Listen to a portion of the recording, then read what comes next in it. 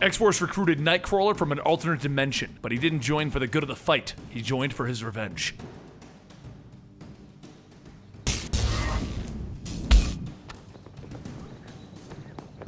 Welcome to the Complete Story Series, where I take cherry paperbacks and single issues and I break them down into digestible bites to help you understand. Then I read it dramatically back to you. All alterations to the panels, text, and images are to prevent copyright problems, and all art is owned by its respective companies. We've been following Wolverine's Black Ops group, the X-Force, for a while now. A lot of crazy things have happened, from them killing children to them traveling to the future and even trying to free Angel from his Apocalypse programming. While they traveled to the future, they went to the Age of Apocalypse. It is there that they met the Resistance fighters battling against that future, but they also discovered that the X-Men there had lost their battle because of a betrayal from Bobby Drake, also known as Iceman. The Resistance fighters came back from the future to the current time to battle against Archangel as he was trying to conquer the world. But Iceman also came back to fight against X-Force and the Age of Apocalypse X-Men, who had traveled from the future to the past to aid the X-Force. Once they had all defeated Archangel, Iceman realized that they were in a much better time period than the future, and he stayed behind to carve a new life for himself. So Nightcrawler decided to stay behind as well, joining the X-Force in hopes that he could eventually kill Iceman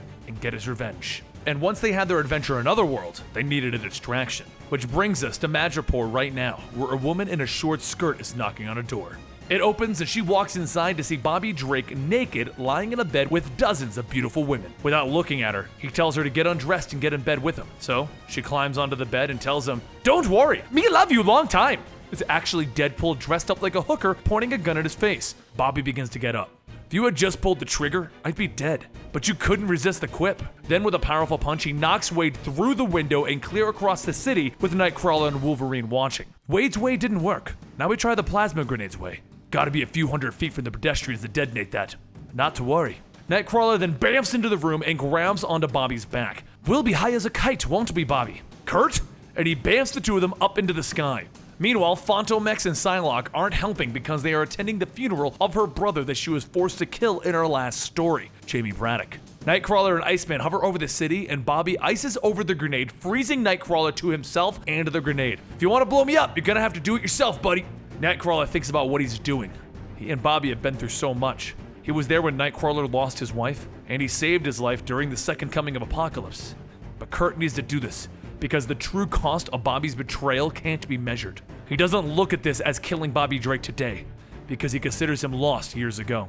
Wolverine leaps into the sky, slicing Bobby's hand off and freeing Kurt. Then, while Bobby falls into the building below, Kurt bamfs himself and Wolverine to the ceiling above Bobby Drake, prepared to drop the grenade again. Except this Iceman has learned a few new tricks that this day and age's Iceman doesn't have, and the evil Iceman grows to the size of a giant. The growth startles Nightcrawler and Wolverine, and Nightcrawler activates the plasma grenade by mistake, and he drops it to the streets down below. As he tries to go for it, Bobby Drake freezes him in place. So Wolverine jumps off the building, grabbing the grenade and holding it to his chest. Then as he hits the ground, he contains the blast by blowing himself up.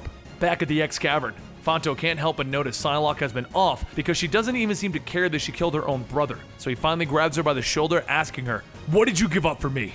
Because back when she saved his life in Otherworld, that's when she changed. She turned and she asked him, "You want to know what I gave up?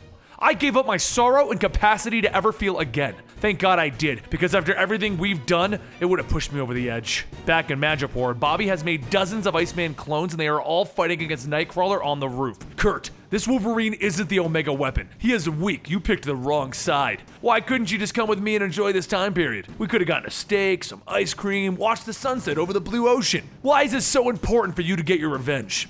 Nightcrawler then bamfs into the room where Bobby Drake is sitting, to make sure you don't get to enjoy those things. He then grabs Bobby and he bamfs the two of them to a furnace. "What is this, Kurt? This is where you die!" Kurt then throws his sword to the side. Two old friends fighting to the death. No weapons, no tricks. They go back and forth, punching each other with the force of two men who have already given up everything in another lifetime. Just as Bobby appears to be winning, Kurt kicks him over to the furnace, melting part of his face. He then walks over and he opens the door to the furnace, bringing the temperature into the whole room and forcing Bobby to begin changing back to normal. He then picks him up. "Give me another shot, Kurt. I'll change!" "Yes." And then Kurt lifts up Bobby, prepared to throw him into the furnace. "You'll melt." "Kurt, I just wanted to enjoy my life!" "I hope you did." And then he throws him in. Through the screams of Bobby melting, Kurt tells him. Sunfire sends his regards. Down on the street below, Wade is helping Logan walk into the alley.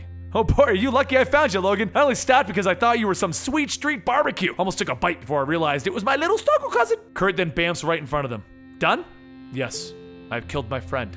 And they all bamf back to the X Cavern.